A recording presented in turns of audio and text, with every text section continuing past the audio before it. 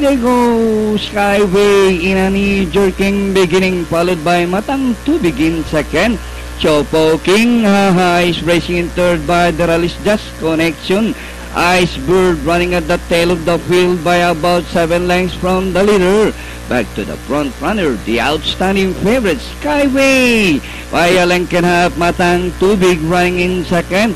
Just Connection racing in third by about 3 lengths. Chopo King, And as they race the last 600, is Skyway by a neck and being challenged by Matang Tubig in second. As they race the final corner, is Skyway by half a length, Matang Tubig. And Just Connection is running in third by Drell. And with the last 200 meters more to run is Skyway by a length and a half, Matang Tubig in second. And nearing the finish line, it's a scintillating run. Skyway, forecast, Matang Tubig, trifecta, Just Connection, Chopo King, Icebird.